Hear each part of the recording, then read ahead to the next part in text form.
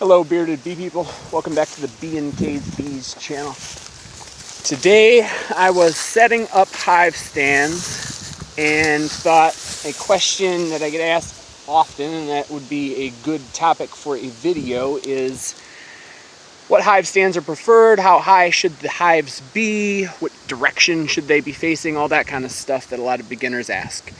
So the short answer is there's no general rule, and that bees adapt to the places that they're in. We've pulled bees out of floorboards and barns and trees and just about every cavity you can think of, and they survive happily and healthily in those places. So don't think about all of that stuff too hard. But the important points, or points that you should consider, are pest deterrents.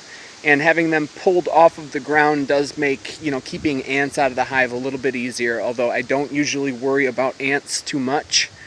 A few ants aren't going to be the demise of your colony, and if the ants are taking over, it's probably a result of something else that is harming the colony and removing their ability to defend it effectively. But the height does help with that. It also helps with the hive not getting flooded or super dirty in the rain when they're sitting on the ground. But that being said, we've got a lot of hives on the ground. They won't be wintering there. That's why I was building this Hillbilly hive stand. But throughout the year, I just kind of tend to place hives wherever it's convenient.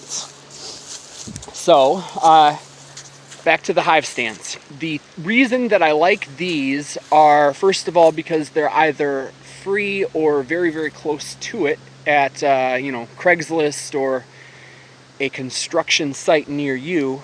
But the other reason is that they are deeper than the hives, so you can set them back a little ways. The reason that that's a benefit is for skunks. Skunks can be a big problem if they get, if they realize that there's bees in your yard, they'll cause some problems. They like to eat the bees, and they'll scrape out the brood if they can get access to some frames. They've knocked over and messed with our mating nukes, unfortunately, quite a few times. But as far as the regular hives go, we've had hives that are sitting on the ground get affected, but hives that are up here on these just don't. Part of the reason I've heard this, and I tend to believe it because of the obvious disinterest that the skunks have for these hives, is that the skunks don't like getting stung on their belly. So when they have to reach up and expose their belly to get at the entrance of a hive, they just tend to leave it alone. Sorry for the wind. So, back to hive placement. Get them up off the ground, put them on a pallet, and push them back on the pallet to help in your fight against the skunks. And then also, the only other thing that I ever really think about is windbreak. I've talked about that in videos in the past. For the winters that we have here, a windbreak is very important. Wherever you might be, it might be less important, but that is really the only thing I take into consideration.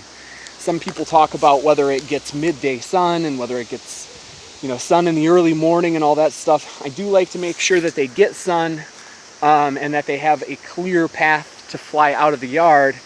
But other than that, I'm not worried about when they get sun or for how many hours a day. You can see right now the sun is below that tree line, and these bees are all in the shade. But for the majority of the day, they're in full direct sun. So the bottom line is, try not to worry too much about where you're placing your hives. And if you're looking for a hive stand and you're cheap like me, get yourself some cinder blocks and some pallets. The last thing that I will say is, when you're placing your hives, make sure that they're not tipped back. You definitely want them tipped forward, with the entrance of the hive being the lowest part. That way rain won't flow into the hive, and if it does somehow get wet in there, gravity will allow the water to escape. So, I guess the moral of the story is, don't think too hard about it, and look for cheap methods to do the same stuff that a lot of the beekeeping products promise. So definitely get yourself some pallets and some cinder blocks. So thanks for watching. If you like this video, click like. If you haven't already, click subscribe. Get out there and have some fun with your bees.